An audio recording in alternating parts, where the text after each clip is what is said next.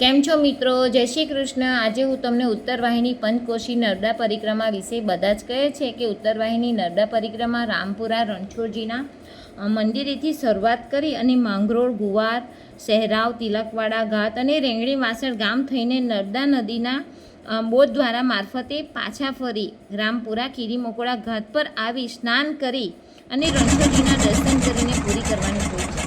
આ તો બધાને ખબર જ છે. પણ મિત્રો, નર્મદા પરિક્રમા ફક્ત કરવા પૂરતી નથી કરવાની. ઘણા ભાવિકો એને રાત્રે શરૂ કરે છે અને રાત્રે પૂરી કરી દે છે. જાણો છો, અમે પરિક્રમા કરી આવ્યા બસ એવું માને છે. એ સાચું છે, પણ એ નર્મદા પરિક્રમા બ્રહ્મ મુહૂર્તમાં એટલે કે મળસ્કે 3 વાગ્યા પછી શરૂઆત કરવાની હોય છે. એનાથી શું થાય છે ખબર છે? એક તો બ્રહ્મ મુહૂર્તનું મહત્ત્વ એ તો કોઈને સમજાવવાની આપણને હિન્દુઓને ખબર જ છે કે બ્રહ્મ મુહૂર્ત શું છે. અને બીજો એક એનો એ ફાયદો છે કે રસ્તામાં આવતા મંદિરો જે સવારમાં આપણને દર્શન થાય, માના ખોળામાં સવારમાં જે કુદરતી સૌંદર્ય છે તે આપણને જાણવા મળે, આપણને જોવા મળે, જે આપણા શહેરી જીવનમાં આપણે બિલકુલ જાણી નથી શકતા. અને આપણા બાળકોને લઈ ગયા હોય તો તેને પણ આપણે બતાવી શકીએ, જાણી શકીએ, જણાવી શકીએ. અને એની જે અનુભૂતિ થાય છે તે શબ્દોમાં તો કહી નથી શકતા. રાત્રે નર્મદાના દર્શન પણ બરાબર નથી થતા, પણ જ્યારે સવારે કરતા હોય તો ચાલતા ચાલતા તમે બી જાણતા હોય કે આપણે કિનારે કિનારે ચાલવાનું હોય છે, તો જાણે માં આપણી સાથે હોય ને એવી આપણે અનુભૂતિ થાય છે. અને મિત્રો, બીજી એક વાત ખબર છે તમને? નર્મદા માની પરિક્રમા મૌન રહીને કરવાની હોય છે. મિત્રો, જે ભાવે અને જે પણ રીતે આપણે નર્મદા માની પરિક્રમા કરીએ, માં તો બધું સ્વીકારે જ છે. એટલે એમાં આપણને કંઈ કહેવાનું અને કંઈક રહેતું જ નથી.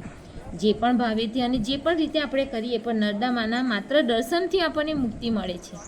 અને મિત્રો, બીજું એક કહેવાનું છે કે આપણે જ્યારે પણ પરિક્રમા કરીએ ત્યારે ગંદકી ન કરીએ. ખાસ મિત્રો, આ વિનંતી છે, કારણ કે માના ખોળામાં આપણે આપણી માના બી ખોળામાં ગંદકી કરીએ એ સારું ના કહેવાય ને.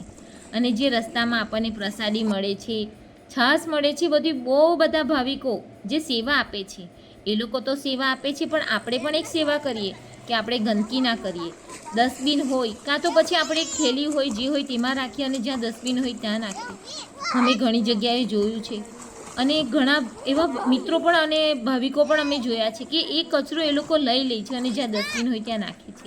એટલે બને તો સ્વચ્છતા રાખવાની આપણે, કારણ કે આપણે કુદરતનો ખોળો બગાડવાનો નથી, એને સંભાળવાનો છે. જ્યાં પવિત્રતા, જ્યાં સ્વચ્છતા હોય ને ત્યાં પવિત્રતા અને ભગવાન પણ ત્યાં વાસ કરે છે.